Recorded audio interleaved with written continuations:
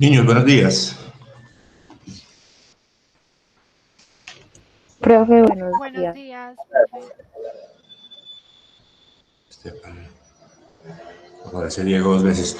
Bueno, muchachos, bienvenidos a nuestra mm, cuarta y tercera tutoría de modelación administrativa, ya que ahora 8 días no pudimos vernos. Hoy vamos a adelantar los dos temas, pues afortunadamente, como ustedes ven, yo sé que ustedes ya muy juiciosamente se han leído todo el módulo, pero la temática es más bien corta. Entonces nos podemos poner al día hoy con la temática que vamos a trabajar ahorita en el primer bloque y un taller que hacemos en el segundo para ir dejando evaluados los temas. ¿Listo, muchachos? Listo, profe. Bueno, lo primero, la participación. Ustedes saben, de pronto, quién debe haber mucha participación porque es de 15 días, ¿no? Me imagino yo. Los temas que hayan leído o que hayan tenido oportunidad de conocer durante estos días, que les haya parecido interesante y que quieran debatir. Bueno, profe, yo tengo dos temas. Uno en Tatiana. especial. Hay un proyecto por parte de las empresas Microsoft, Impulsa, Endeavor y EY. Presentaron su programa como empresas nativas digitales. El propósito es como buscar la aceleración de la recuperación económica y también aumentar las oportunidades de las pequeñas y medianas empresas aquí en Colombia. En su proyecto ofrecerán como apoyo tecnológico para desarrollar un modelo de negocio de las empresas a través de la nube y como que la meta es luego escalarlo a nivel global.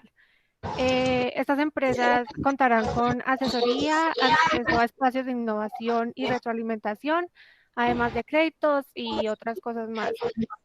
Pues me pareció muy interesante este tema.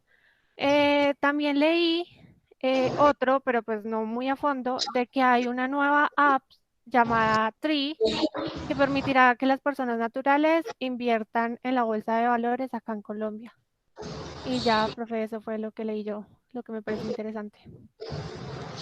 Listo, Tatiana, muchas gracias. Sí, muy interesante. Hoy está muy de moda el tema de las inversiones en el mercado de valores, el trading, y obviamente pues deben estar caminando por ahí muchas aplicaciones para que la gente pueda tener un acceso más fácil, más directo. Y también para el manejo del Bitcoin. ¿Sí ven cómo va el Bitcoin? ¿Cuánto valió un Bitcoin ayer?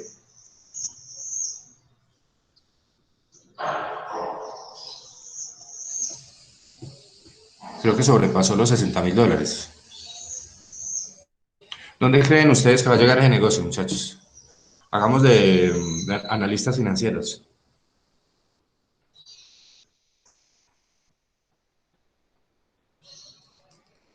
¿Cómo es la pregunta? ¿Dónde creen ustedes que va a llegar? ¿En qué va a terminar el tema del Bitcoin? Ya ayer superó la barrera de los $60.000. Está creciendo mucho pues porque hay muchas empresas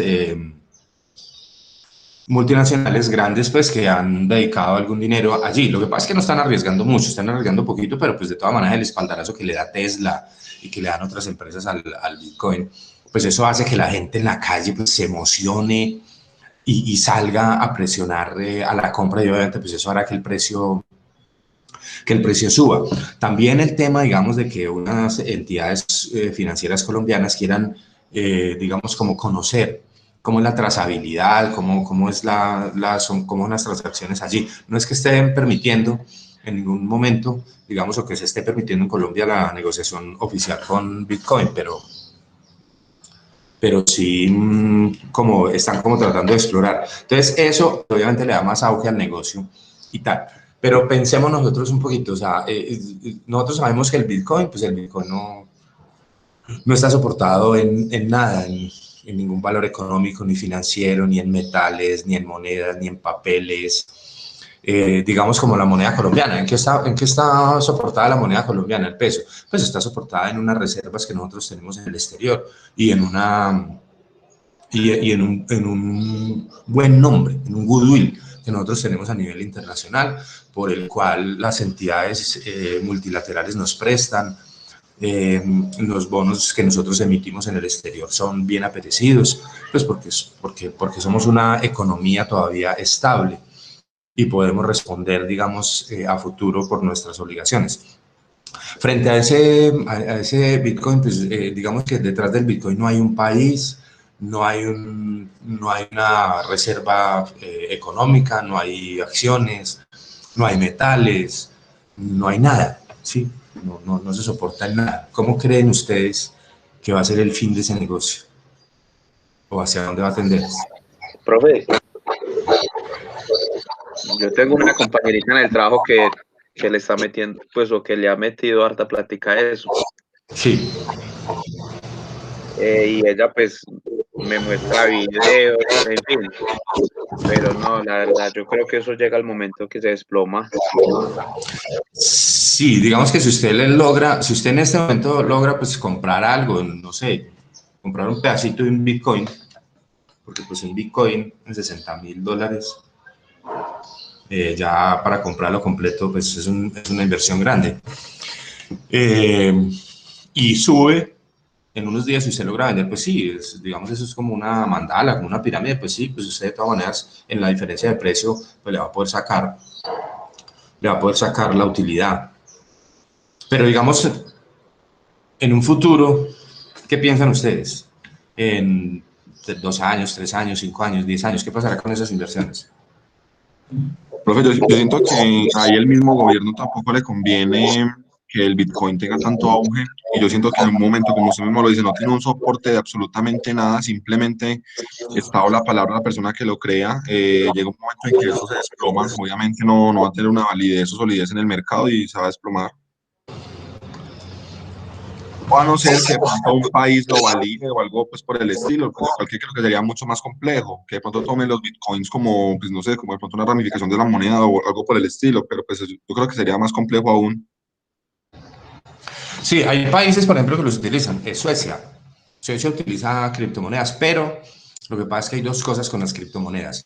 Ellas tienen dos funciones. La primera es el medio de pago. El medio de pago es como convertir una moneda local en una moneda internacional para poder hacer transacciones, y obviamente esas transacciones con Bitcoin pues tienen menos control fiscal en los países, no se puede controlar fácil, entonces el dinero vuela de un lado a otro. Eso es como cuando usted va a viajar a España, ¿sí me entiende? ¿Qué hace usted antes de viajar a España?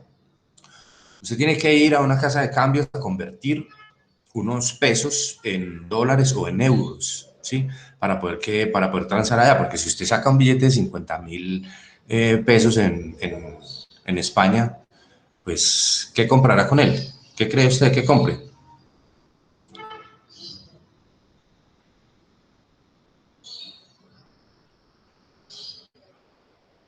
Yo diría que absolutamente nada, ¿cierto? Pues no se lo van a recibir siquiera, nadie conoce la moneda. Entonces, como medio de pago, tiene una función y nació así, nació por ahí en el 2008, 2009, como un medio de pago, es decir, como una manera de convertir los pesos en Bitcoin para poder comprar cosas o para poder trasladar dinero a otro país. Lo que pasa es que la función que le estamos dando hoy en día ya no es la de medio de pago, sino la de inversión, la de título, la de papel, la de, digamos, como burbuja financiera. Entonces son dos cosas diferentes. Yo también creo que sí, que en algún momento dado, pues los que conocen de eso, pues se van a salir del negocio. Eso tiene como una limitante. Yo no entiendo bien eso de esa minería de datos, ese blockchain. Tiene como una limitante en número. Y pues en algún momento en que ese número se cope, pues yo me imagino que el negocio se estancará, y cuando se estanque, pues comenzará a bajar. Y los que no hayan monetizado en ese momento, pues obviamente van a asumir las pérdidas, van a monetizar las pérdidas, pues creo yo, no sé, porque ahí no hay a quien reclamar. Ya, como dice tal cual, al mono de la pila, a ir a llorarle. Bueno, muchachos, ¿algo más de participación? Entonces sí, algo que vi precisamente ayer es que Colombia está sacando un nuevo proyecto para que todas las personas, microempresarios y personas que están empezando pues como con sus proyectos, tengan la posibilidad de adquirir un préstamo que no va a ser ese que era del SENA, que en verdad tiene más arandelas que cualquier otra cosa, sino que es un préstamo directamente con una entidad financiera, que son como una cooperativa, para empezar con el proyecto, siempre y cuando el avalúo de, para pagar pues como tal la deuda. Hacen un préstamo, bueno, sí, hacen como prestan el servicio de financieros que analizan todo el macroproyecto que se genera, el análisis como del sector y hacen el préstamo con base a eso para empezar y me pareció que es interesante. Aquí en Pereira ya van a empezar con la cooperativa que lo va a hacer, incluso la alcaldía se está hablando mucho de ese tema.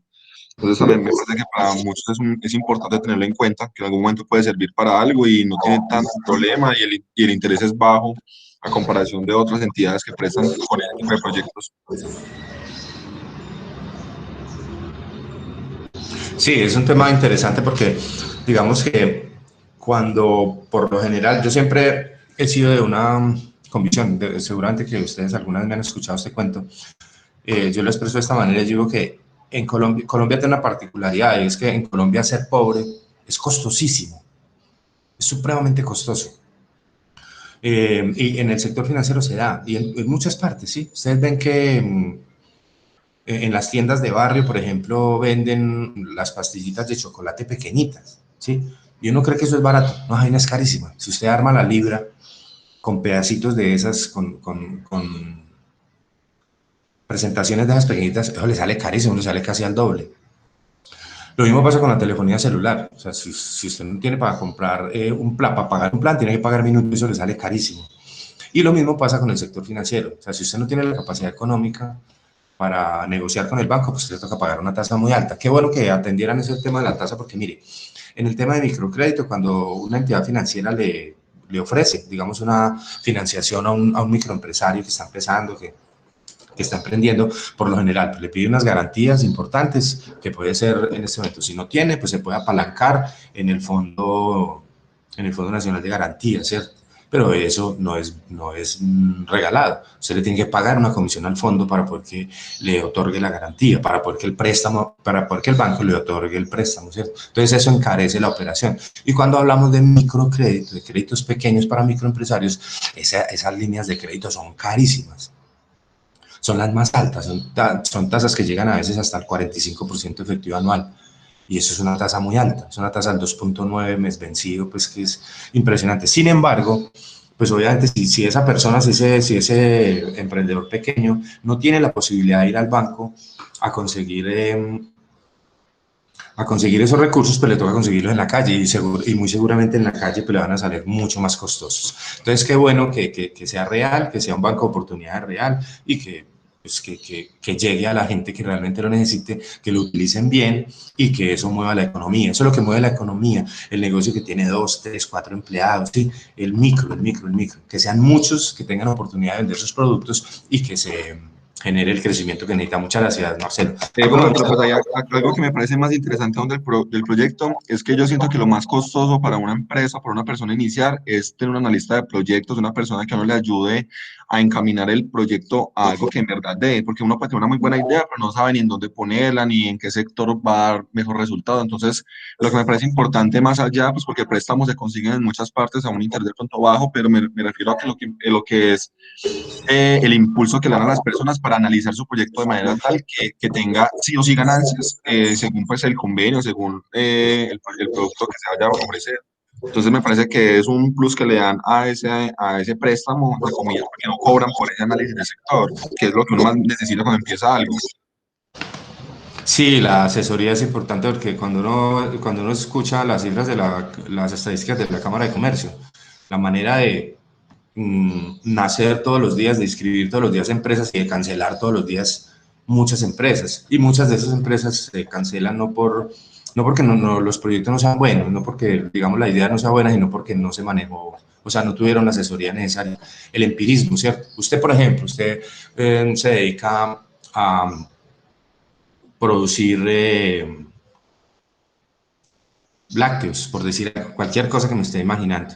Y usted es muy bueno en eso, usted conoce ese negocio, usted se mueve allí y tal, pero resulta que no tiene una asesoría financiera, no tiene una asesoría de marketing, no conoce mucho de eso. Entonces usted trabaja, ¿cierto? Y usted hace un buen producto, pero realmente si no tiene el esquema, si no tiene como las ayudas, pues seguramente el proyecto morirá. Hay muchos proyectos que mueren, ¿sabe por qué?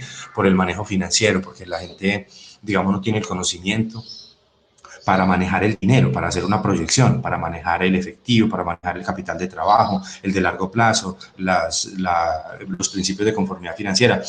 Y obviamente pues eso los lleva a la quiebra rápidamente, no porque el negocio sea malo, vuelvo, repito, no porque el producto sea malo, sino porque es un poquito mal manejado. Ustedes saben que a nosotros no nos enseñan nunca desde pequeños, no nos enseñan finanzas. Yo siempre le digo eso a un estudiante, le deberían enseñar desde muy pequeño finanzas y le deberían enseñar democracia, pero democracia real. Pero pues eso no está en el pensum. Ya cuando uno le toca enfrentarse a las finanzas, porque le tocó enfrentarse a su primer salario y mirar a ver cómo lo maneja, o le tocó enfrentarse a su primer negocio y mirar a ver cómo lo maneja, ¿cierto? Entonces es importante. Marcelo, muchas gracias. ¿Algo más, niños?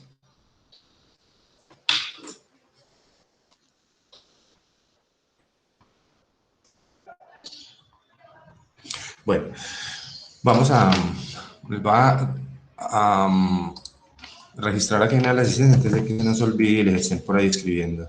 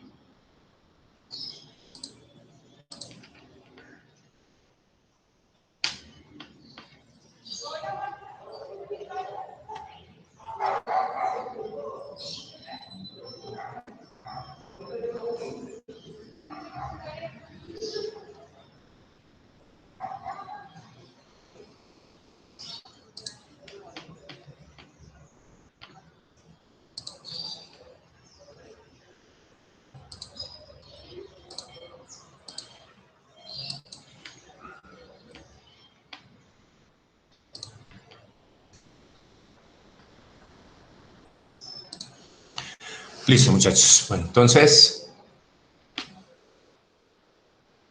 les voy a compartir la pantalla para que miremos de la temática del módulo en donde quedamos la última tutoría. Espérenme un segundito, por favor.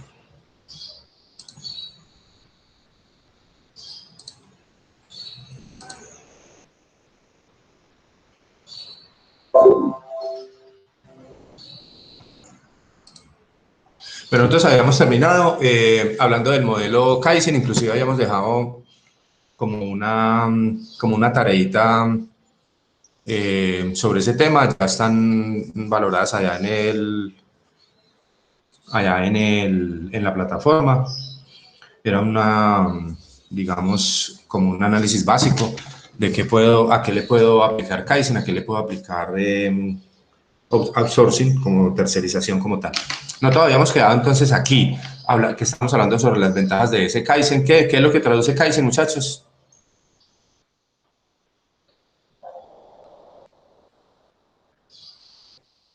Uno solamente.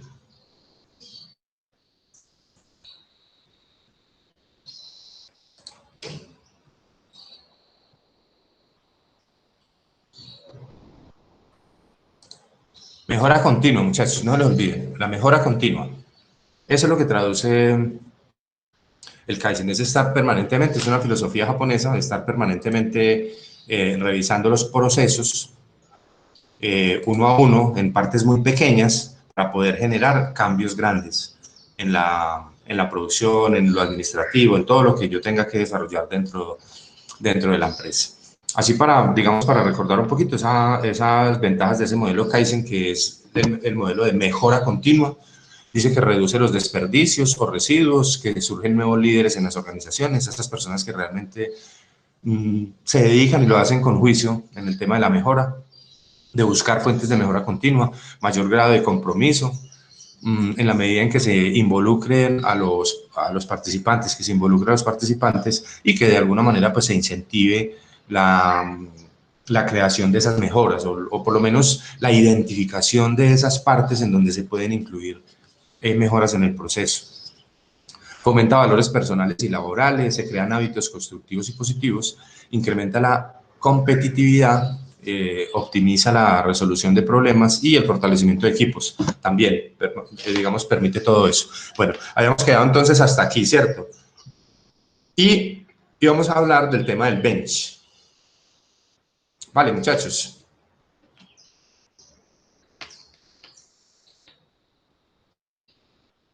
¿O este ya lo habíamos visto? No, ¿cierto que no?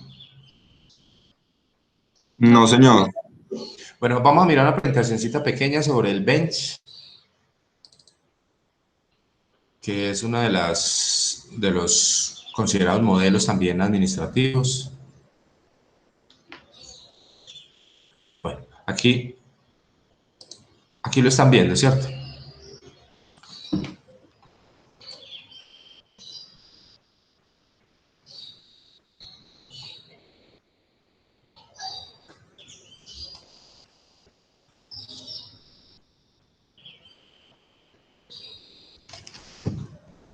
El benchmarking, que ha sido llamado, tal vez ya lo habíamos hablado, el espionaje industrial. ¿Cierto que sí o no?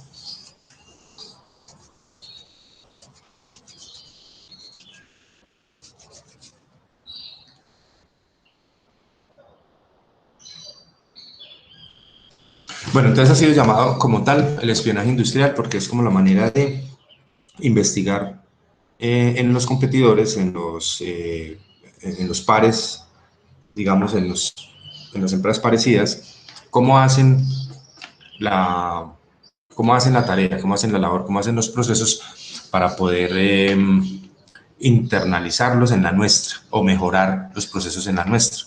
Estos temas que vamos a ver: historia, definición, tipos, etapas, procesos, funciones, objetivos y usos, y desventajas, porque también tiene desventajas el benchmarking.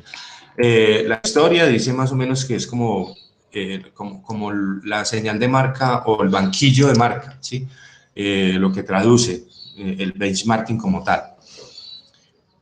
La historia, la corporación Xerox, que fue la primera productora y la más grande del mundo, la más conocida hoy en día está reconvertida porque pues eso ya, ese negocio ya ha pasado mucho de las fotocopiadoras. Así que hace 50 años la mayor parte de las fotocopiadoras del mundo, que era un negocio muy grande, eran de la fábrica Xerox. Fase 1, entender a los componentes, y la fase 2, aspectos del proceso como tal. La historia. Ese benchmarking es un concepto que empezó a utilizarse hace unos 20 años, más de forma teórica que práctica, pero hasta entrados en la década de los 90 fue cuando las principales empresas a nivel mundial comenzaron a interesarse por este tema, ya de manera, ya utilizándolo como una herramienta administrativa, como una actividad real que se podía llevar a cabo dentro de la empresa y por fuera de ella, en el medio, para poder lograr mejores objetivos. La definición, una de las definiciones: benchmarking es el proceso continuo de medir productos, servicios y prácticas contra los competidores más duros o aquellas compañías reconocidas como líderes en la industria. Entonces, miren que a pesar de que es llamado el espionaje industrial, pero realmente se define como el proceso de medición, es decir, es de contrastación o de comparación de los productos míos, de los procesos míos, de las actividades que yo realizo frente a los competidores fuertes del mercado, para lograr mejorar, obviamente, en la actividad propia. Otro concepto puede ser el proceso de comparación y medición de las operaciones o procesos internos de una organización versus los de un representante mejor de su clase y de su sector. Los diferentes grados de eficacia y eficiencia registrados entre los diversos sectores de una misma empresa hacen posible la aplicación de procesos de benchmarking internos y descubrir así las mejores prácticas de la organización. Nosotros podemos tener benchmarking externo cuando nos comparamos con un competidor fuerte del mercado, o interno cuando comparamos áreas, porque muchos, ahorita lo vamos a ver en las clases de benchmarking, hay uno que es funcional, y al ser funcional, pues obviamente tiene algunos elementos comunes que pueden ser homologados o pueden ser comparados dentro de la misma empresa como tal. Aquí está la empresa, la que va a hacer el proceso de benchmarking, la comparación y medición con el líder, procesos, operaciones y mejoras prácticas, lo que vamos a sacar de allí. Otro concepto nos dice que es un proceso sistemático, continuo de investigación y aprendizaje para evaluar los productos, servicios y procesos de trabajo de las organizaciones que son reconocidas como representantes de las mejores prácticas con el propósito de realizar mejoras organizacionales. Entonces hay un tema de aprendizaje, mejores prácticas y un tema de investigación en productos, servicios y procesos. Los tipos de marketing que se conocen, digamos, normalmente. Está el marketing, perdón, el benchmarking interno, que es parte de la base de que dentro de una organización existen diferencias entre sus distintos procesos de trabajo, lo que les comentaba más o menos ahorita, cuando las empresas están muy departamentalizadas, cuando son grandes, están jerarquizadas, pues obviamente hay diferencias entre unos y otros, inclusive llegan a haber rivalidades entre unas áreas y otras, porque algunas de las actividades que llevan a cabo tienden a ser contrarias. Por ejemplo, ventas o gestión comercial y cartera, o ventas y producción. Bueno, algunas de ellas pueden tener en algún momento dado intereses opuestos. Algunos de ellos pueden ser más eficientes y eficaces que los de otras áreas de la misma empresa. Entonces yo puedo hacer esa comparación interna, así como lo hace contabilidad y no lo hace mercadeo, y entonces hacerlo internamente, hacer la comparación interna. El competitivo, que es el que identifica productos, servicios y procesos de los competidores directos de la empresa y los compara con los propios. Este es benchmarking puro como tal. Es ir a analizar cómo lo hace la competencia, qué es lo que hacen ellos bien o mejor que nosotros, o distinto de nosotros, para nosotros poder implementarlo dentro de la empresa, dentro del proceso nuestro. Hay también un funcional, que es identificar productos, servicios y procesos de empresas no necesariamente de competencia directa. Generalmente apunta a las funciones de marketing, producción, recursos humanos o finanzas. O sea, no tiene que ver con el quid del asunto, digamos, de los secretos de producción, los materiales, los procesos productivos, sino que tiene que ver con áreas que son funcionales como tal, que se pueden también emular de alguna manera, se pueden, no digamos copiar, que es como feo, pero sí se pueden medir y se pueden comparar. Bueno, dentro de estos tipos entonces tenemos el interno, definición, ventajas y desventajas. En el benchmarking interno, la definición es una comparación de actividades similares en diferentes sitios, departamentos de la compañía. Las ventajas, dice que los datos suelen ser fáciles de recopilar. Pues sí, es información interna. Lo que es muy difícil con el benchmarking es ir a conseguir la información externa de otra empresa, porque pues no nos la van a entregar seguramente muy amablemente, sino que hay que desarrollar algunas técnicas para poder conseguirla. Buenos resultados para las compañías diversificadas. Desventajas: campo de visión limitado y sujeta a prejuicios internos. Recordemos que los prejuicios internos son aquellos que me llevan a mí a tomar decisiones desde el interior, es decir, a pensar que mi producto es bueno, que mi proceso es bueno y que está bien, y que estoy en un buen mercado y que mi cliente me está aceptando, sin ir a compararme con el resto. Y es una falla grande, sí, yo no puedo tomar las decisiones desde el interior de la empresa, sino que las decisiones, ¿quién me tiene que orientar a mí para las decisiones? ¿Quién es el que gobierna las decisiones?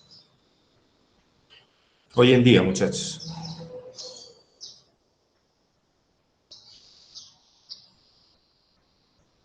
Los resultados con los clientes. Bueno, pero lo acabo de decir en la última parte. ¿Quién gobierna las decisiones? Sí, el cliente.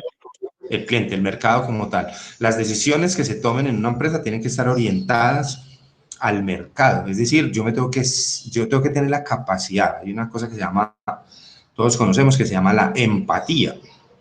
Y la empatía es la capacidad que tenemos los seres humanos de ponernos en los zapatos de la otra persona. Entonces nosotros, para poder tomar esas decisiones, pues nos tenemos que poner en los zapatos del cliente, en los zapatos del mercado, porque es que él es el que tiene la percepción sobre nosotros. Nosotros no podemos gobernar la percepción sobre él, ¿sí?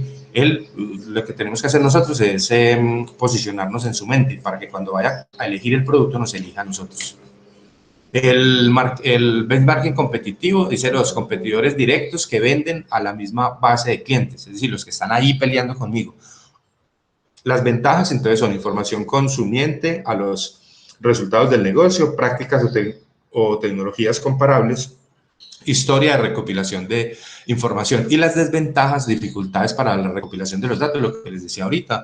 No muy fácilmente yo voy allá y pregunto, ay, venga, ¿cómo es que ustedes hacen estos radios? Y ellos me van a decir, sí, venga, le explicamos. No, va a ser un poquito más complejo conseguir esa información. Y también lo que se da, problemas de ética, porque pues, ustedes saben que cuando hablamos de un espionaje, de una actividad que está considerada como un espionaje, pues habrá temas éticos allí, ¿cierto? Alguien dirá, venga, no, eso es robar o eso es deshonesto, eso no va con, digamos, con las normas legales. Y el funcional, que es una comparación con organizaciones acreditadas por tenerlo más avanzado en productos, servicios o procesos, tiene las ventajas de un alto potencial para descubrir prácticas innovadoras y tecnologías o prácticas fácilmente transferibles, porque pues, son funcionales, no tienen que ver con el quid del asunto de la producción como tal. Y las desventajas son dificultad para transferir prácticas a un medio diferente y alguna información no es transferible.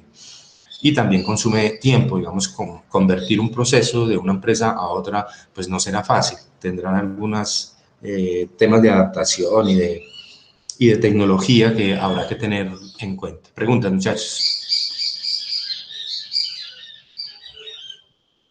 También tenemos el benchmarking genérico, que permite descubrir prácticas alternativas que aparecen en otros sectores y aplicables a nuestra organización. Suple las carencias del benchmarking funcional, que se centra tan solo en la función y no en el proceso. Los cambios más considerables se dan cuando la función no es una barrera para la mejora. Es decir, este genérico amplía un poquito el funcional a otras áreas, no solo procesos, marketing, administrativos internos, sino que también lo amplía a otras actividades de la empresa como tal.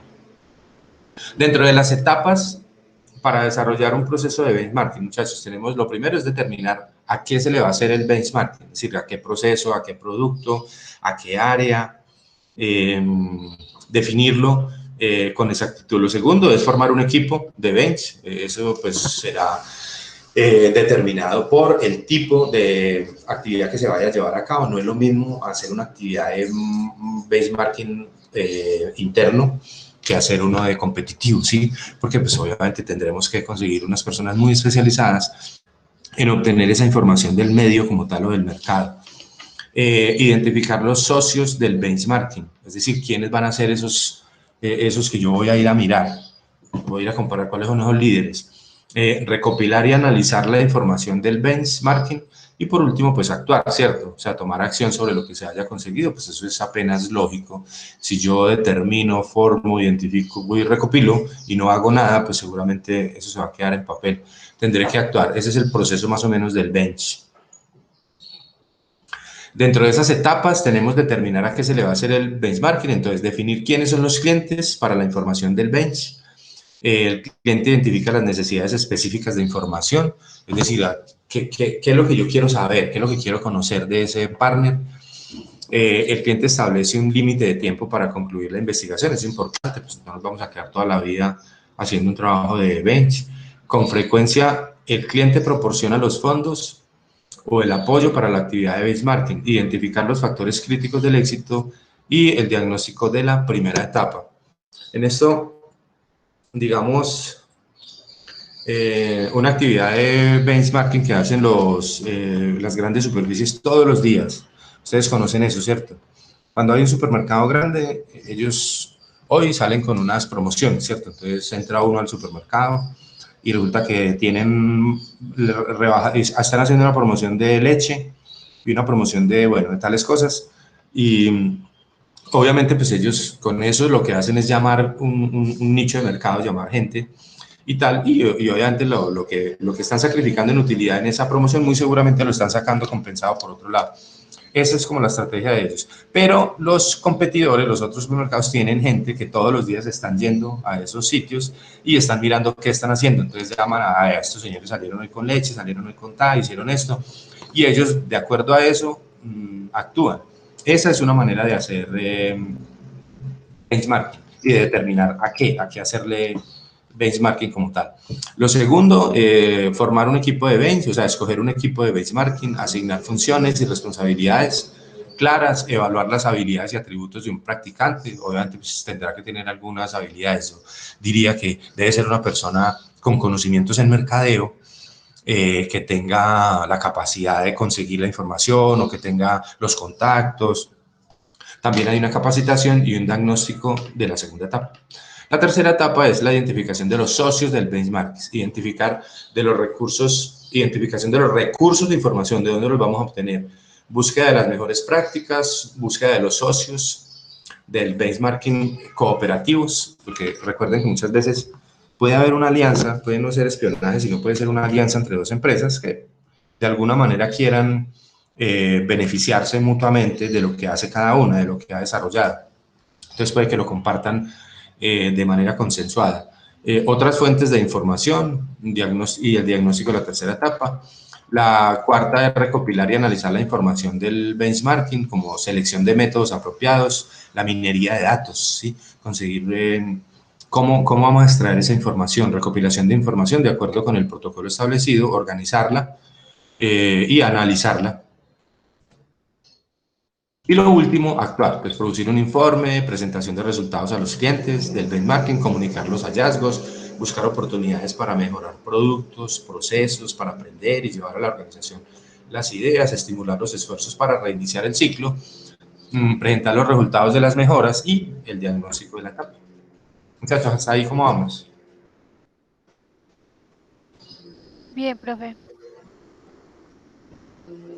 Bueno, ese proceso. De acuerdo con Robert Camp, autor del libro Benchmarking, el benchmarking se realiza mediante un procedimiento de 10 pasos, que son los siguientes. Lo primero es decidir qué proceso se desea mejorar a través de la identificación del área de oportunidad más importante del negocio.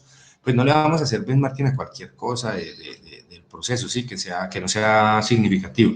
Por lo general, los esfuerzos en benchmarking, que no son baratos, eso es costoso, pues se hacen sobre temas relevantes, temas importantes, temas del QI del negocio como tal. El segundo sería identificar qué organización cuenta con el proceso más competitivo, es decir, conseguir ese cliente, de dónde voy a obtener, cuál es el mejor en lo que yo necesito.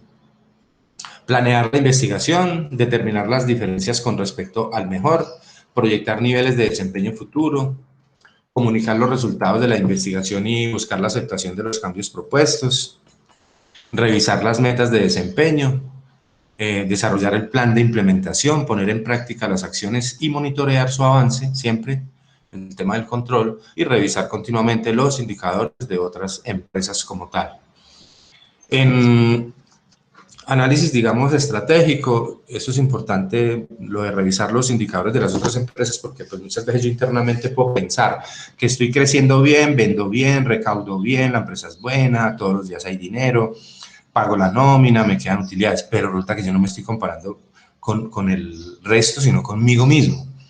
Y eso pues no es bueno, porque tal vez ya lo había comentado, en una matriz Boston Consulting Group, que mide el crecimiento del mercado frente a la participación de mercado, pues yo me doy cuenta cómo estoy en realidad frente a ese gran grupo de competidores, es decir, cómo lo están haciendo ellos. Ellos están creciendo al 20 y yo al 15, bueno, ojo porque ellos me están desapareciendo.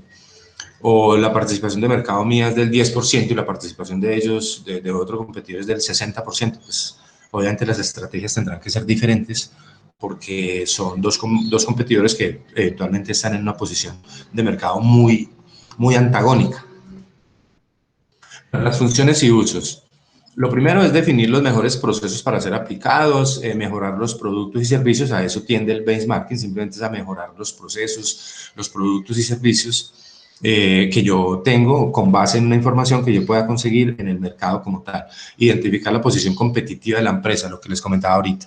Dentro de esos trabajos de gerencia estratégica se utilizan esas matrices para identificar la posición competitiva. ¿Qué soy yo en el mercado? ¿Qué número ocupo? ¿Cuál es mi nicho de mercado? ¿Por qué estoy aquí todavía? ¿Qué es lo que pretendo? Y cuál es el crecimiento, cuál es el crecimiento en general del mercado y cuál es el crecimiento mío, porque yo pretendo crecer.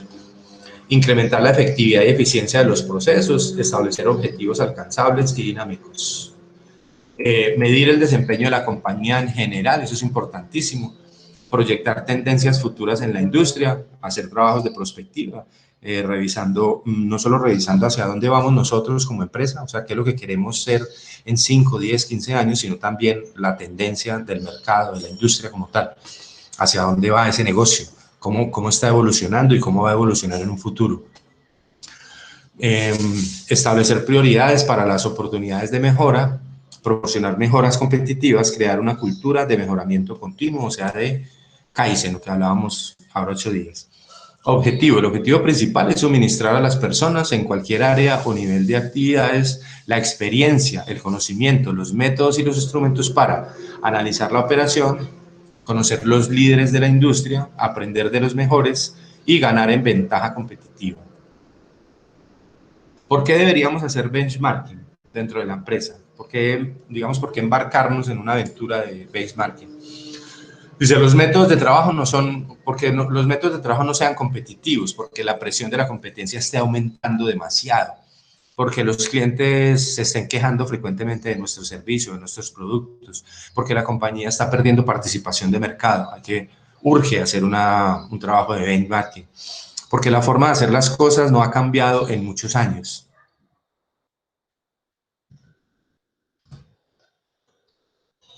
Porque existe complacencia con respecto a la posición de liderazgo, existen procesos mejores en otras partes, porque se desea rediseñar los procesos, hacer un trabajo de reingeniería de la compañía y se desea superar a la competencia. Desventajas del benchmarking: es un proceso costoso, se requiere recurso humano capacitado, o sea, no podemos mandar al mensajero a hacer el trabajo. Proceso largo, continuo, que requiere muchas horas. Hombre, no es un proceso que deba elegirse cuando se investigan cuestiones rutinarias, lo que les comentaba ahorita. Eso no es para cosas rutinarias ni para cosas triviales o de baja o mediana importancia. Debe reservarse a cuestiones de importancia vital. Impacte significativamente el desempeño final de la organización, como por ejemplo lo que mirábamos ahorita, que los procesos no hayan cambiado, que la competencia esté demasiado agresiva, que se estén perdiendo clientes, que los clientes estén quejando. Esos son temas de base que pueden afectar el desempeño total de la empresa. A esos temas es que vale la pena, digamos, invertirles en un proceso de benchmarking. Como conclusión, entonces, el estudio de benchmarking va a servir como una herramienta que permita mejorar el desempeño de los negocios, de manera que sean más competitivos y puedan tener éxito en un mercado cambiante y global. Básicamente es eso, mejora en el desempeño de los negocios con base en comparación con otros actores de la misma industria. Preguntas sobre benchmarking, aportes.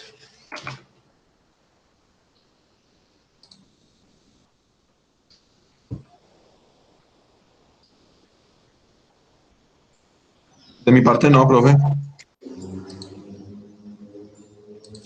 Bueno, muchachos, aquí pues lo vimos desde la presentación, aquí no hay nada nuevo, digamos, como la temática del módulo, habla de dónde viene la palabra, veis que significa marco y de una puerta, y mar que significa marca. Bueno, a algunos le dan un significado diferente. Es el proceso que evalúa los valores de un perfil estratégico, lo que ya dijimos ahora, de una empresa, y los compara con otra para lograr unas mejoras, unos objetivos más grandes. Aquí dice qué debemos hacer para realizar un benchmarking, pero ya lo miramos desde la presentación: contar con los datos detallados, digamos, la búsqueda de la información, la organización, la minería de los datos. Por último, emitir los informes a la administración para actuar y tomar los correctivos. Aquí están los tipos de benchmarking, también el competitivo, el interno, el funcional. O sea, en eso no nos vamos ya a detener porque ya lo miramos. En esta imagen se muestra el proceso del benchmarking propuesto por Boxwell. Dice entonces que los pasos para desarrollar esa actividad de benchmarking, según este señor Boxwell, son determinar variables del benchmarking, determinar factores claves a medir, identificar empresas líderes, medición interior y de las empresas, definir el plan de mejoramiento, obtener compromiso de todos los trabajadores y el involucramiento de todos, y poner en práctica el plan y retroalimentar como tal. Un ejemplo de benchmarking que nos colocan por acá, que es bien conocido, es el de Starbucks Coffee. Dice que esta es una de las marcas que decidió implementar el benchmarking debido a la inestabilidad económica y también a su fuerte deseo de potencializar sus ventajas de café por intermedio de empresas de fast food como McDonald's. Uno de los aspectos fundamentales de su modelo de negocio es el tiempo de preparación de sus cafés, y eso se lo copió a McDonald's, ¿cierto? McDonald's trabaja en el tiempo de respuesta. Para ello se necesita de una empresa líder para tomar como referencia y posteriormente implementar las mejores que se requieran.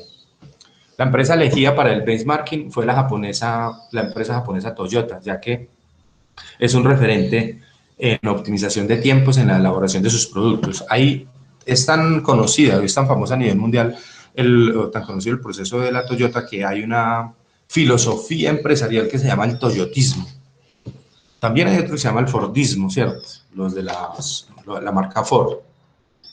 Entonces dice que se detectó que el 30% del tiempo empleado para la preparación de café se pierde en el tiempo que utilizan los empleados en agacharse, caminar o escoger los ingredientes. Una vez analizado el benchmark, se implementó un plan de acción basado en la optimización de procesos, como les comentaba ahorita, algo parecido a lo que hacía McDonald's. En la película de McDonald's, en Hambre de Poder, se ve como ellos un día, recuerdan que ellos se van un día como para un parque y diagraman en el piso una operación celular, de tal manera que los desplazamientos de los operarios fueran lo más pequeños posible, tuvieran todo a la mano para poder entregar el producto mucho más rápido. Eso fue más o menos lo que hizo Starbucks.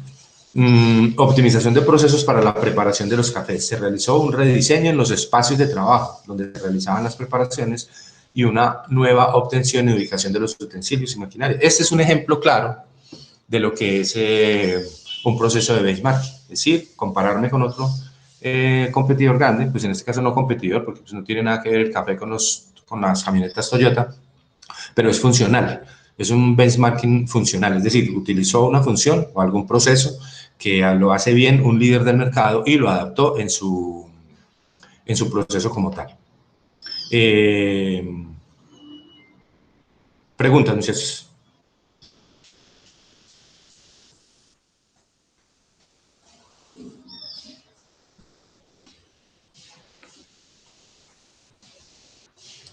Bueno, denme un segundito, contesto aquí una llamada y ya vuelvo, ¿sí? Listo, profe.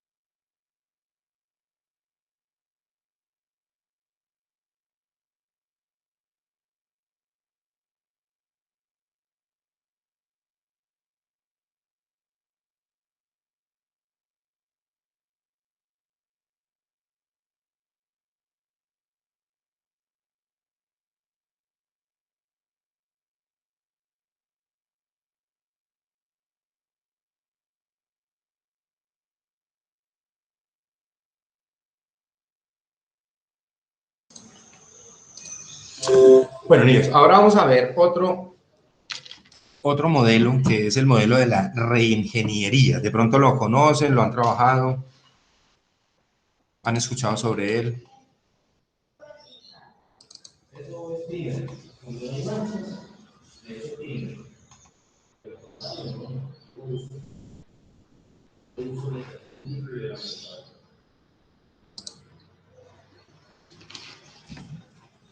Lo vemos. Profe, eso no es algo que es como de regular procesos. Sí, pero no tanto regular, sino, digamos, la reingeniería se basa en la capacidad de desaprender y volver a aprender, es decir, de reconvertir procesos. Básicamente, mire, Ok. la historia de la reingeniería dice que la primera fase nace en la década de los años 80, cuando varias empresas dieron un vuelco radical en sus negocios por medio del rediseño de sus procesos. Es básicamente eso, rediseñar permanentemente procesos, reingeniarse. Era la época en que emergía este enfoque y su aplicación se circunscribía a unas cuantas corporaciones norteamericanas. Sin embargo, esta reingeniería empieza a adquirir un papel relevante en Estados Unidos a principios de la década de los 90, a raíz de los estudios llevados a cabo por Michael Hammer y James Champy, quienes son considerados los padres de esta metodología y principales expositores de la misma. Estos señores Michael Hammer y James Champy. Aquí están. Son los considerados los padres de la teoría o del modelo de la reingeniería como tal. ¿Qué es la reingeniería? Según Hammer y Champy, reingeniería es la revisión fundamental y el rediseño radical de procesos para alcanzar mejoras espectaculares en medidas críticas y contemporáneas de rendimiento, tales como costo, calidad, servicios y rapidez. Básicamente esa es la definición de reingeniería.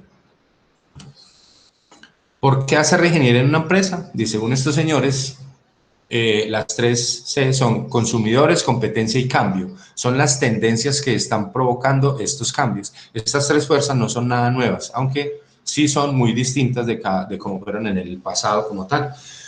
Mucho antes, digamos que no se tenían en cuenta los consumidores, se tenían en cuenta... Discúlpenme un segundito, por favor.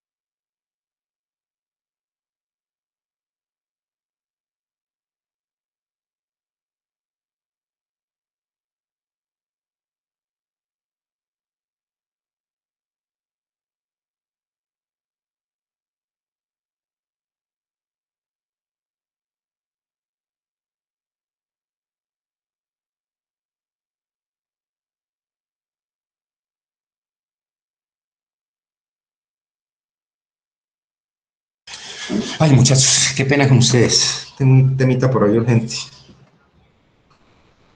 Les ofrezco 1000 disculpas, ¿sí? Tranquilo, profe. Bueno, entonces hablábamos que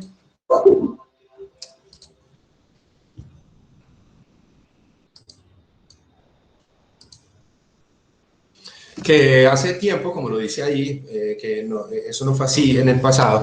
Digamos como la administración, digamos, antes era más sencilla porque el mercado era muy amplio. Las empresas simplemente se organizaban para generar unos grandes volúmenes de producción, pero no, no tenían mucho, digamos, en cuenta trabajos de mercadeo, de análisis, de tendencias del mercado. No se necesitaba. Hoy en día sí. Hoy en día ese triángulo entre consumidor, competencia y cambio tiene que ser constante. Y la reingeniería habla básicamente sobre eso, sobre ese cambio. Los consumidores, dice, los vendedores ya no mandan, los consumidores sí. Lo que hablábamos ahorita, es decir, las decisiones que yo tome al interior de la organización tienen que estar orientadas hacia ese mercado, hacia ese cliente como tal. Ahora los consumidores le pueden pedir al vendedor qué quieren, cuándo lo quieren, cómo lo quieren y en algunos casos hasta cuánto están dispuestos a pagar y de qué forma. Los precios también, todos los precios los genera el mercado, ¿cierto? Si mi producto está por encima del promedio, si mi precio está por encima de los productos parecidos, pues yo tendré que diferenciar, es decir, venderle la idea a mi cliente que el mío vale más. ¿Por qué? Porque es diferente al otro, porque también pasa, ¿cierto? En un supermercado, en cualquier, pues se ven productos de todo precio, ¿cierto? Uno ve zapatos de 40.000, hay zapatos de 200.000. Y obviamente, pues tendrán que tener alguna diferencia el uno del otro para que ese consumidor final esté dispuesto a pagarlo, pero es él el que domina ese tema. La competencia. Antes la competencia era simple, lo que les comentaba, y casi cualquier empresa que pudiera entrar en el mercado y ofreciera un producto aceptable o en precio lograría vender. O sea, no teníamos que hacer trabajos muy elaborados de marketing y conseguir empresas que nos hicieran estudios de mercado. No, simplemente yo salía a vender y vendía. Mejor dicho, todo se vendía. Miren, hace muchos años, digamos hace 40, 50 años, en Colombia, los primeros carros que llegaron a Colombia, pues comerciales, era la línea del Renault, ¿cierto? Entonces estaba el Renault 4, el Renault 6, el Renault 12 y tal. Y eso se vendía solo. Y la persona iba a comprar un carro y le decía, ah, sí, hay azul. Y no hay verde, no hay verde. Si quiere el azul, y no. ¿Por qué? Pues porque no había más, ¿cierto?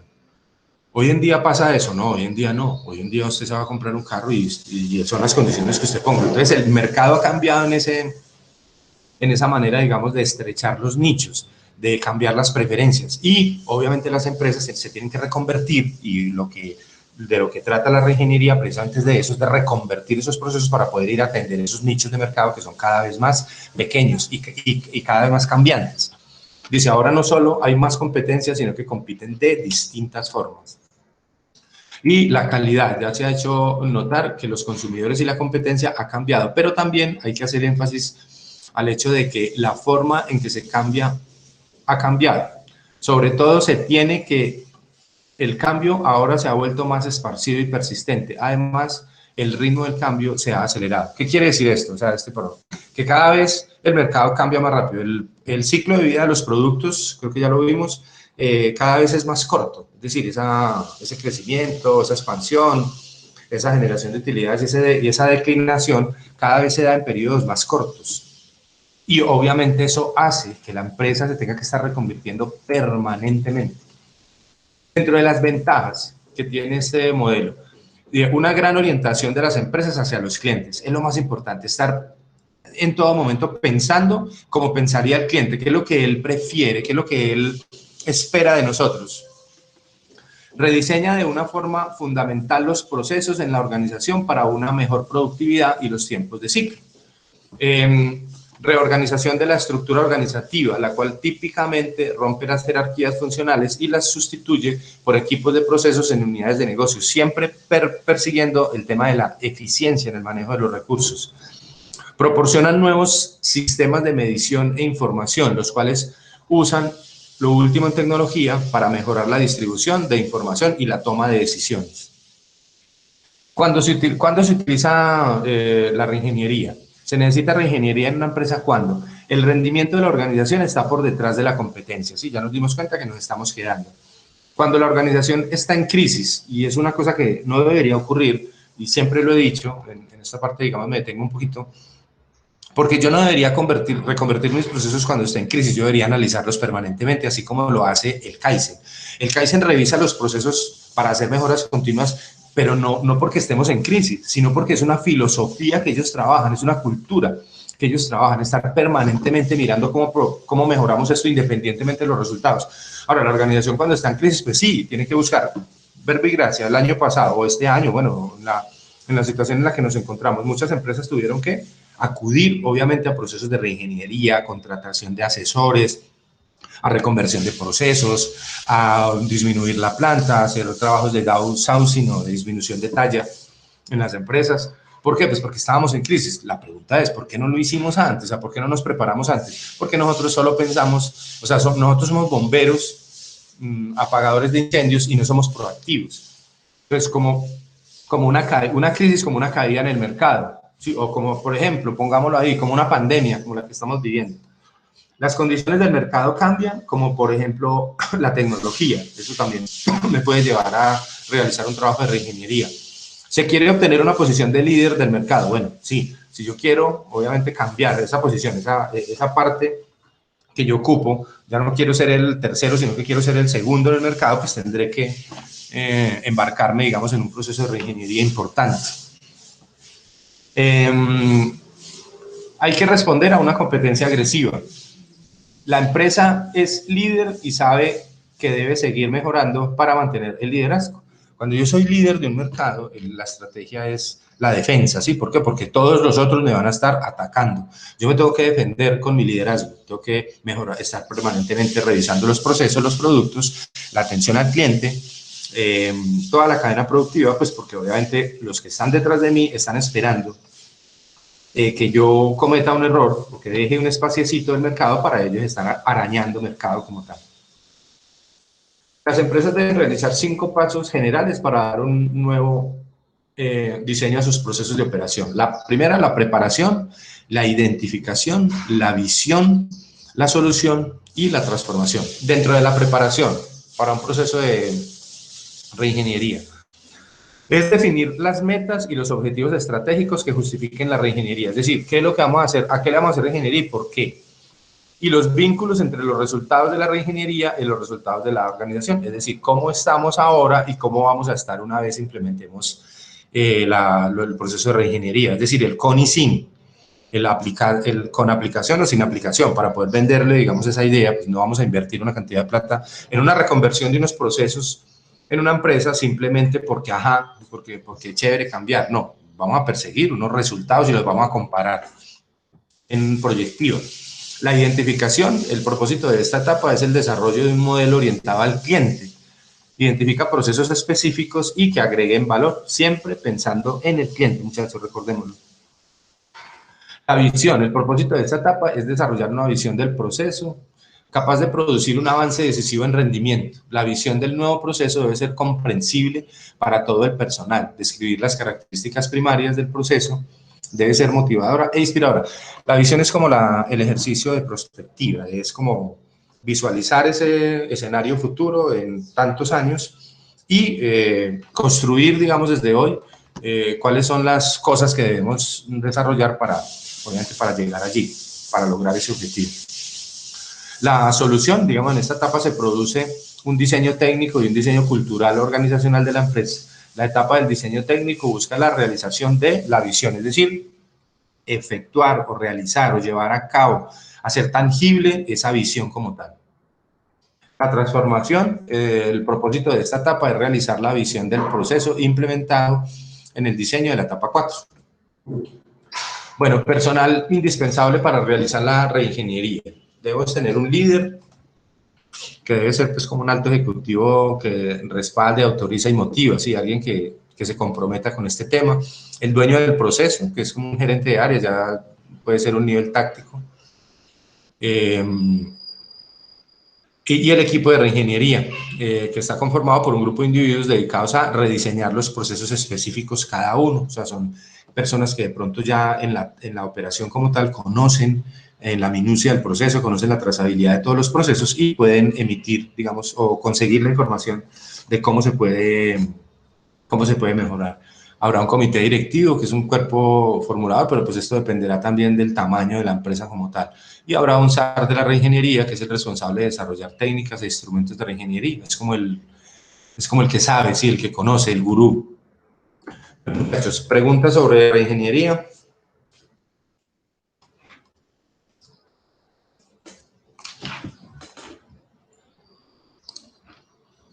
No, profe. Bueno, listo. Entonces, hagamos el receso de 15 minuticos y nos vemos ahorita a las 10 para que sigamos, muchachos. Listo, tomen harto cafecito, ¿vale? Ustedes saben que estos temas son muy teóricos. Vamos a terminar con otro tema que falta allí y dejamos un taller con un análisis, con una de estas metodologías, con uno de estos modelos para una empresa grande de Colombia, ¿sí? Listo, profe. Bueno, entonces ya nos vemos, muchachos.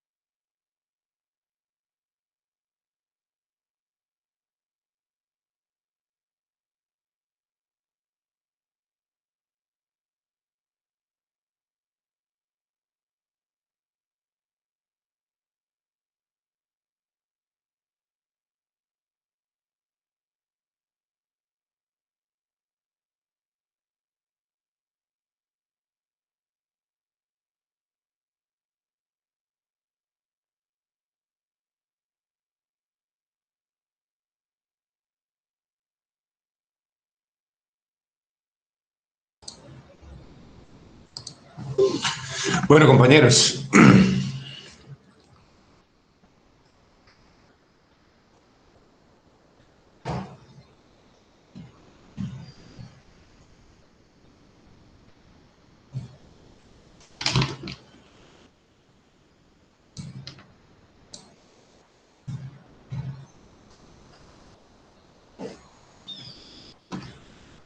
Compañeros.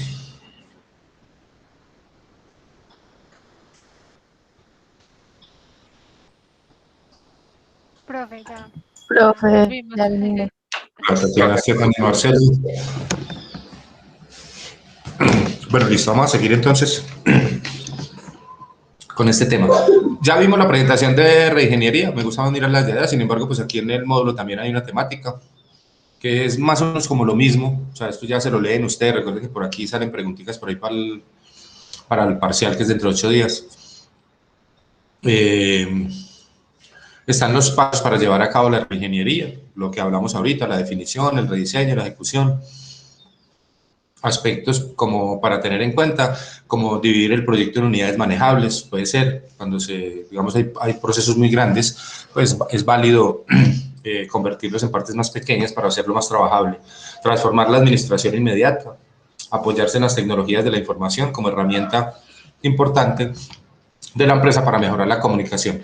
Esas ventajas, aquí nos habla de la reingeniería, pues la implementación de procesos más eficientes, cambio a procesos que requieren menor control, mejoras en las dinámicas de los trabajadores, se tornan más activos, participativos y aportantes en los avances de los procesos. Esto obviamente se dará siempre y cuando se generen los procesos de cambio, de concientización de cambio, de para qué y por qué, y se tenga el apoyo de la alta gerencia. Si no, pues obviamente será difícil involucrarlos a ellos en estos temas de reingeniería.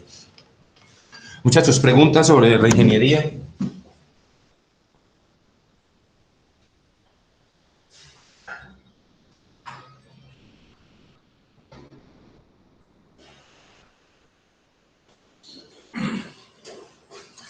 Bueno, vamos a mirar otro tema que se llama el leasing. Eso en sí todos lo conocemos, ¿cierto? El leasing es un modelo de tipo financiero que sirve, digamos, para adquirir o para financiar bienes de una manera más eficiente. Es un arrendamiento financiero que se hace mediante un contrato de alquiler que tiene la opción de compra a favor del arrendatario al finalizar el contrato. Entonces, ¿qué pasa con esto? Yo compro un carro, un camión, por ejemplo, que necesita la empresa para transportar los productos, y lo compro por leasing. Entonces, firmo un contrato. ¿Qué hace el agente de leasing? El banco, por ejemplo. El banco va y compra el camión en una concesionaria y queda a nombre del banco como tal. Y firma conmigo, con la empresa, un contrato de arrendamiento, donde yo me comprometo a pagar un canon de arrendamiento mensual por 5 años, por ejemplo, y a los 5 años puedo tomar la opción de compra, es decir, pago un valor de rescate, que generalmente es del 1%, sobre el valor del contrato, y me quedo con el camión como tal. En esos casos, porque convenga, ¿cierto? Así más o menos funciona el leasing. Entonces es un arrendamiento financiero, un contrato que firma una empresa, un banco, digamos, con una empresa para entregarle en arriendo un bien que puede comprar por un valor pequeño, lo llamamos el valor de rescate, al finalizar el contrato. ¿Es claro, muchachos? Sí, profe. Bueno, esto jurídicamente se clasifica como alquiler, pero desde la perspectiva financiera se trata como una compraventa, es decir, cuando yo compro algo por leasing, yo estoy pagando un canon de arrendamiento. Ese canon de arrendamiento lleva un pago, ¿cierto? Y eso es son como los intereses. Es decir, viene siendo exactamente lo mismo. Cambia el nombre, pero realmente lo que yo estoy pagando es una parte de capital y una parte de intereses, normal como en un crédito bancario. O sea, de cara, digamos, a lo jurídico, pues es una cosa, de cara a lo financiero es igual que un crédito. Los tipos de leasing que se manejan son el leasing mobiliario, cuando los bienes objeto de la operación son de tipo mobiliario, vehículos, maquinaria, Bueno, y cuando es de tipo inmobiliario, cuando el bien financiado es un inmueble adquirido por una sociedad de leasing a un tercero, y dentro de esta modalidad se debe incluir los proyectos conocidos como llave en mano, que consiste en la construcción o reforma de un inmueble con determinadas características. Aquí entra, por ejemplo, el, el inmobiliario, perdón, el hipotecario, el leasing, digamos, para comprar vivienda, que es una modalidad que se utiliza mucho hoy en día por dos razones. La primera, pues porque no aparece como patrimonio, entonces rebaja la base gravable de la persona. Al yo tener un apartamento, digamos, contratado, un contrato de leasing, ese apartamento, ese camión, esa maquinaria, eso no aparece dentro de mis activos. ¿Por qué? Porque eso no está a nombre mío, eso está a nombre del banco. Yo simplemente soy un arrendatario. Entonces, durante un tiempo yo puedo lograr mantener bajita la base gravable para efectos de declaración de renta, o sea que, digamos, desde la parte tributaria tiene un efecto positivo. Y también en vivienda se maneja porque el leasing inmobiliario se puede tomar hasta el 80% del valor del predio, mientras que en un crédito normal de un banco solo se puede tomar el 70%. Es decir, si yo voy a comprar un apartamento de 100 millones, por el modelo normal de un crédito bancario, yo tengo que tener 70, yo tengo que tener 30, que es la cuota inicial, porque el banco no me presta sino el 70. Por leasing me puede prestar hasta el 80, entonces no tendría yo que tener sino 20. Y de resto funciona exactamente igual. Hay gente que dice, pero los gastos corren a cargo de uno. Sí, igual de todas maneras por el otro modelo también van a correr a cargo de uno. O sea, siempre son a cargo del arrendatario o del dueño del crédito, del dueño del apartamento. También tiene valor de rescate, o sea, forma de quedarse uno con un valor de compra, con una opción de compra al último. Y también hay uno dentro de este que se llama el leaseback, que también es que se da muy frecuentemente ahora, que es la financiación mediante la utilización de un bien. Es decir, yo tengo una casa que vale 200 millones, pero necesito una plata para un negocio y yo no tengo sino esa casa. Entonces yo le vendo esa casa a leasing, a la empresa de leasing, ¿sí? Y esa empresa de leasing firma un contrato conmigo de arrendamiento. Entonces yo le voy a pagar, a mí me entregan la plata y yo comienzo a pagar unos cánones de arrendamiento, pero yo trabajo la plata, ¿cierto? Y en últimas hago uso de la opción de compra y me quedo con la casa de nuevo. Sí es claro.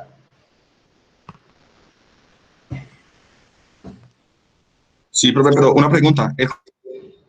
El inicio del cierto, pues que en algún caso la empresa de leasing diga, no, me quiero ir ya, pues ya no les rechazo esa parte, o eso siempre se genera como esa opción de compra de un determinado tiempo. Sí, claro, sí, el contrato tiene que tener una opción de compra. Lo que pasa es que la opción de compra se utiliza para, por ejemplo, para vehículos que no tienen una obsolescencia muy corta o para vivienda, que obviamente pues usted no va a pagar 15 años el arrendamiento de una vivienda para no quedarse con ella, no, usted paga ese 1% y se queda con ella. Ahora, casos se darán. Si usted no hace uso de la opción de compra, usted dice definitivamente no, pues simplemente el banco se queda con el bien, pero usted tiene la primera opción de decisión. Otra diferente es cuando hablamos aquí del operativo, porque en el operativo, por lo general, se utiliza para comprar tecnología, pero también de obsolescencia rápida, es decir, maquinaria amarilla. Usted es un constructor, un ingeniero, y usted necesita esas máquinas y tal, pero esas máquinas tienen una duración de 5 años. Entonces, se las compra por leasing, las utiliza a los 5 años, paga el canon de arrendamiento y a los 5 años cuando usted le dicen, ¿va a hacer uso de la opción de compra? Usted dice, no. ¿Sí me entiende? ¿Por qué? Porque las máquinas ya murieron, ya llevan 5 años, entonces usted más bien hace otro contrato nuevo para que le entreguen unas máquinas nuevas, ¿sí? Entonces depende, digamos, del tipo de operación, si a usted le conviene o no le conviene. Pero lo claro es que en el contrato usted tiene la primera opción de compra.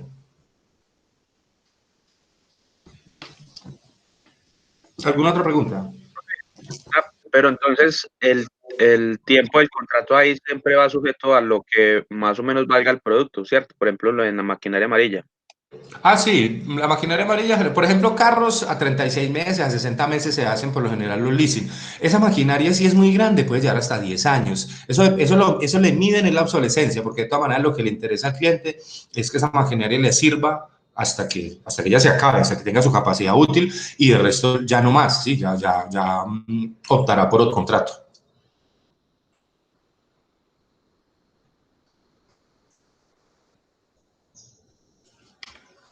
¿Qué otra pregunta, muchachos?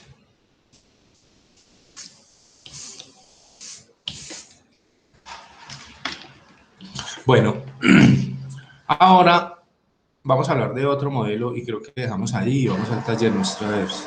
Sí, yo creo que sí. El Just in Time. ¿Alguien lo ha escuchado? Y justo a tiempo. El justo a tiempo, sí. Ese justo a Sí, tiempo. pues tengo entendido que ese justo a tiempo es cuando uno hace una cantidad, pues digamos, de un producto determinado, pocas, para ser entregadas en el momento que se haga la solicitud. Sí, sí, tiende a quedar con él, pero digamos que el Just in Time lo que pretende en últimas es eliminar el inventario. Entonces, ¿qué hacen ellos? Esa técnica es muy utilizada en el Japón. Es una técnica de producción, en una técnica justo a tiempo quiere decir que se produce el mínimo de unidades en la menor cantidad posible. Y en el momento en que se requiere, con el fin de eliminar la necesidad de tener inventario. Esta técnica está relacionada con la gestión de la capacidad productiva.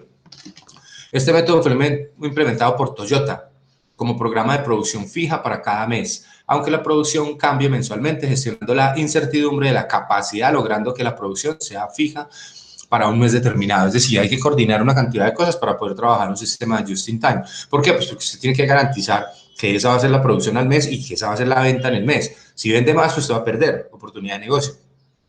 O sea que generalmente se hace sobre pedidos, es decir, a la Toyota le piden, voy a poner un caso, 500 camionetas, ellos arrancan una línea de producción, ya ahorita más o menos les explico cómo lo hacen para eliminar el inventario y trabajar, así como se llama, justo a tiempo. Esta técnica es muy útil para cualquier tipo de organización, ya que está orientada al proceso continuo, a través de la eficiencia en cada uno de los elementos del sistema organizacional, como proveedores, personal, clientes y proceso productivo. Dentro de las características de este Just in Time, dice la metodología Just in Time, dice que cuando hay cambios en el proceso o se realizan ajustes en la línea de producción para poder fabricar diferentes productos, cuando se presentan retrasos, interrupciones y sobrecostos, todos estos representan un desperdicio. Es que de todas maneras solamente el hecho de manejar inventario es un desperdicio. Obviamente pues hay negocios que lo tienen que manejar, muchos negocios, yo no puedo eliminar el inventario de alguna manera, lo pueden hacer empresas que tienen una gran aceptación en el mercado, que son de gran nombre, que pueden de todas maneras programar esas producciones anuales, mensuales, semestrales, bueno, y que se establecen de esa manera, pero pues yo no puedo eliminar de un momento a otro el inventario, aunque el inventario es costoso, el inventario hay que cuidarlo, hay que asegurarlo, una parte del inventario se pierde, otra se daña, pasan muchas cosas. Un entorno estable reduce los costos a través del uso de automatización especializada, eso es lo que quiere decir el justo a tiempo. Los materiales se entregan a la línea de producción en el momento justo en el que se necesitan. Para ello, los proveedores deben adaptarse a este tipo. O sea, eso es un engranaje, una coordinación exacta en la hora, en punto en que tiene que llegar el proveedor con sus materiales. Trabajar en colaboración con los proveedores. Es importante que los proveedores sean confiables y que suministren materiales sin defectos. O sea, eso tiene que ser, digamos, muy estudiado. Un ejemplo, creo que ya de pronto lo hemos tratado, no sé. El ejemplo de la fábrica de Mave en Manizales. Esa fábrica es mexicana y ellos trabajan just in time. Entonces, ¿cómo es eso? Por ejemplo, a Mave le piden 1000 neveras hoy, ¿sí? Entonces, vamos a poner un ejemplo. Mañana van a empezar a hacer esas 1000 neveras. Entonces, yo no sé hacer una nevera. ¿Ustedes han hecho neveras? No. ¿No? Deberíamos un día reunirnos y hacer una nevera. ¿Qué tal nos quedaría? Profe, fácil, en esas de copor se mete hielo, se meten las cervezas y ya está. Exactamente, esa sería mucho más fácil. Eso lo tenemos que hacer, pues, lo de las cervezas, no lo de la nevera, Cristian. Miren, pues resulta que mañana vamos a empezar la línea, ¿sí? Entonces, prende la línea de producción a las 6 de la mañana. Y me voy a poner un ejemplo. A las 6 de la mañana llega el proveedor de las carcasas, ¿sí me entiendes? O sea, de la caja, pues, de metálica donde va la nevera y tal. Listo. Llega ese señor, las entrega y se va. Al otro rato, programado también, llega el del poliuretano, ¿sí?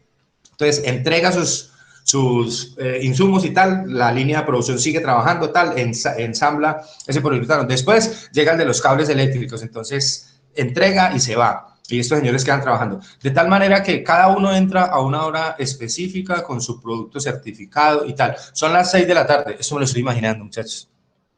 Son las 6 de la tarde, ya la línea de producción terminó, ya las neveras están listas, ya pasaron el control de calidad. Están los camiones esperando, se cogen las neveras, se suben en los camiones, se coge la escoba y el trapero, se barre la planta y quedamos en ceros.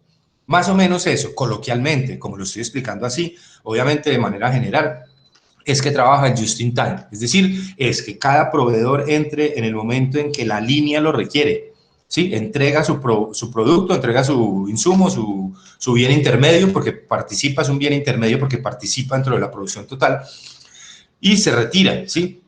Ellos tienen unas pólizas de cumplimiento y una cantidad de cosas, o sea, ellos no pueden quedar mal.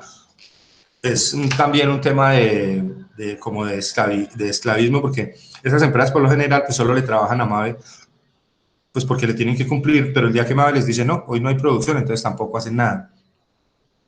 Y entonces digamos, la filosofía de mantener la planta vacía, ¿sí? Es decir, no hay por aquí cables, ni por aquí carcasas de nevera, no, nada, todo se utilizó, se terminaron la nevera, se montaron los camiones, se mandó el pedido y chao.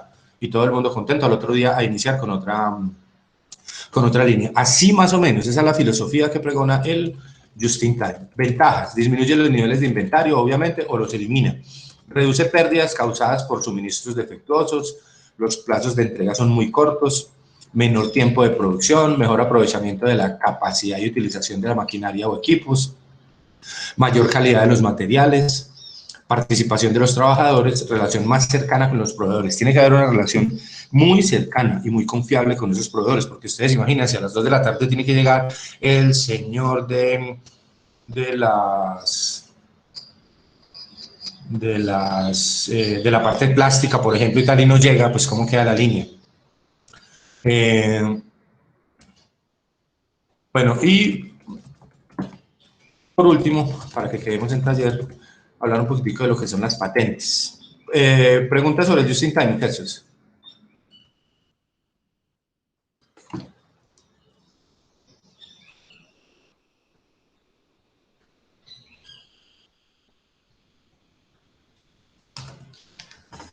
Bueno, sobre las patentes. ¿Qué es una patente? Una patente es un privilegio que el Estado otorga a una invención. Esta se conoce como el proceso técnico objetivo que sea novedoso a nivel mundial y que brinde una solución técnica y que aporte beneficios a la humanidad. O sea, es simplemente darle como el reconocimiento a lo que alguien se ha inventado. ¿Para qué? Pues para que nadie lo vaya a tomar para sí y tenga un derecho sobre la explotación de manera industrial. Esa es la protección que le da la patente, el derecho a explotar de manera industrial y comercial y de forma exclusiva el invento durante un tiempo determinado.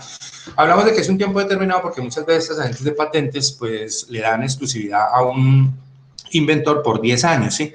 Porque si en 10 años no lo ha desarrollado, pues bueno, venga, que venga otro y lo haga, ¿sí? En la NASA, por ejemplo, dan permisos o patentes sobre productos, sobre materiales y tal, que tienen de duración más o menos 10 años. A los 10 años sean libres. O sea, a los 10 años ya ese inventor inicial ya no tiene esa protección, ya está en el libre mercado. Se supone que ya desarrolló su producto. La duración de la patente tiene un tiempo máximo de 20 años y no cuenta con posibilidad de ampliación, con la excepción de los productos farmacéuticos y fitosanitarios, los cuales pueden acceder a un tiempo de prórroga de 5 años. Recordemos que en Colombia se ha presentado siempre, cuando este señor Gaviria fue ministro de Salud, él estuvo luchando mucho por los temas de las patentes y los permisos para comercializar en Colombia la medicina. Resulta que, ¿qué pasa? Llega un laboratorio suizo y trae a Colombia una droga para tratar una enfermedad, bueno, muy delicada y tal, y resulta que la cajita de 30 vale 900.000 pesos. Es una tecnología de punta y tal. Entonces, se supone que por este tiempo de duración de la patente, Colombia le da como el permiso a los investigadores colombianos de, en un tiempo determinado, revisar esa patente, revisar ese proceso y crear el genérico. ¿Sí? Obviamente, pues las grandes, y eso ha habido, digamos, unos problemas legales internacionales por esa práctica, porque pues de todas maneras hay un tema de ética que viene jugando ahí y que es importante. Porque entonces, pero también hay otro tema de cómo una persona que no tenga los 900.000 pesos para comprarse su droga mensualmente, entonces tiene que morir. y cómo no puede acceder a un genérico que pueda desarrollar un laboratorio colombiano con el agente activo, digamos, del medicamento para poderse salvar o para poder tener una mejor calidad de vida. Entonces, sobre eso, digamos, ha habido mucha polémica sobre las patentes de los productos farmacéuticos. De pronto ustedes lo han escuchado. Ahorita no está en boga, pero hace algunos años estuvimos hablando mucho de ese tema. El organismo competente a nivel internacional para el otorgamiento de patentes es la OMPI, Organización Mundial de la Propiedad Intelectual. Dice, toda legislación relacionada con propiedad intelectual o patentes se encuentra contemplada dentro de la decisión de la Comunidad Andina. Bueno, eso ya es correcto. Preguntas, muchachos.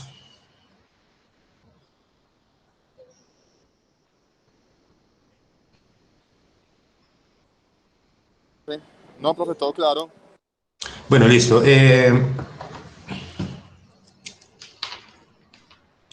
Bueno, por temática la vamos a dejar ahí. ¿Qué vamos a hacer? Vamos a hacer un ejercicio taller, yo se los abro ahorita, pero se los abro pues con tiempo.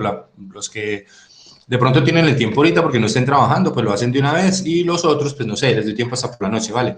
Miren, es un ejercicio muy sencillo, muchachos.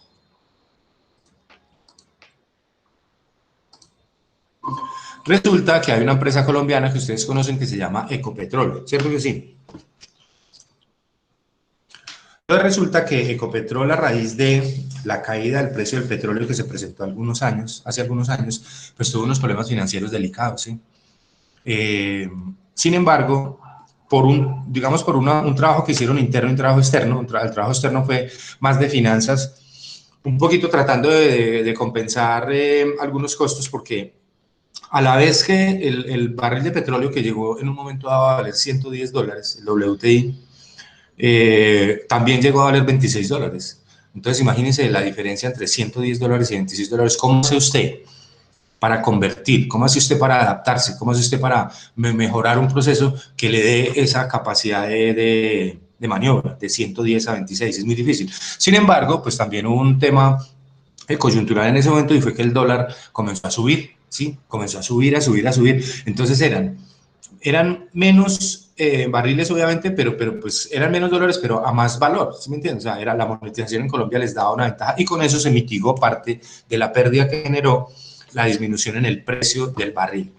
Pero resulta que al interior de Ecopetrol se realizaron unos procesos. Yo quiero que ustedes investiguen qué fue lo que hizo, cuáles fueron las estrategias, cuáles fueron los modelos que utilizó Ecopetrol para revertir esa crisis, y para hoy en día, a pesar del año pasado haber estado en pandemia y el año antepasado haber sido un año muy difícil todavía por efectos del precio del petróleo, logró generar hace 2 años 8 billones de pesos, y el año pasado 9 billones de pesos en utilidad, que se calcula pues que eso es lo que van a repartir.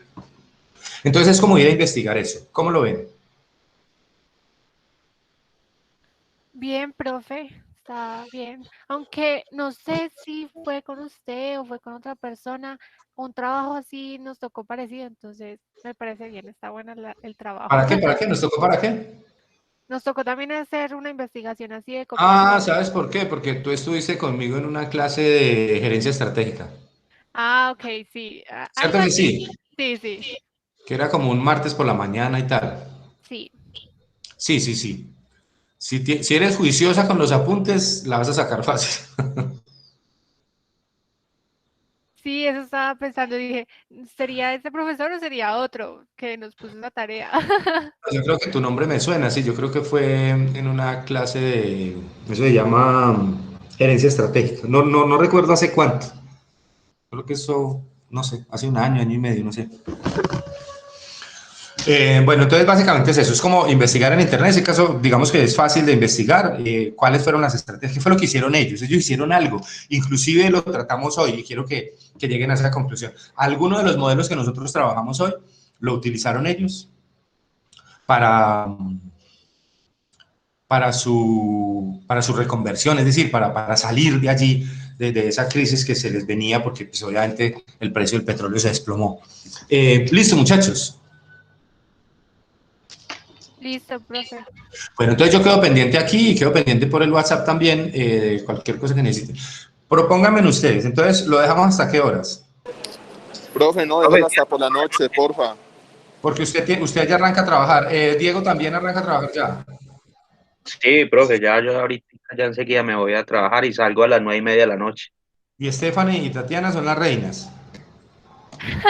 Sí, no, nosotros tenemos más tiempo. Sí, Bueno, profe, con yo nosotros no hay sí, yo no sé problema.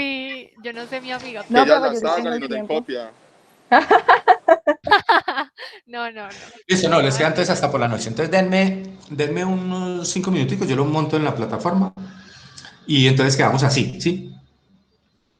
Si no nos hablamos más, muchachos, si no nos volvemos a ver ahora, cuídense mucho esta semana, Dios los bendiga, acuérdense de los aportes para la participación dentro de los ciudades. Acuérdense que dentro de los ciudades tenemos el parcial, es muy fácil, es, mejor dicho, prácticamente el regalo de la mujer que les voy a dar a todos, ¿sí? Bueno, profe. Gracias. Bueno, gracias. Y ahí oiga, se van a ver beneficiados los señores por el Día de la Mujer. No, ¿cómo Listo, así, gracias. profe? Póngale no sé, una pregunta más.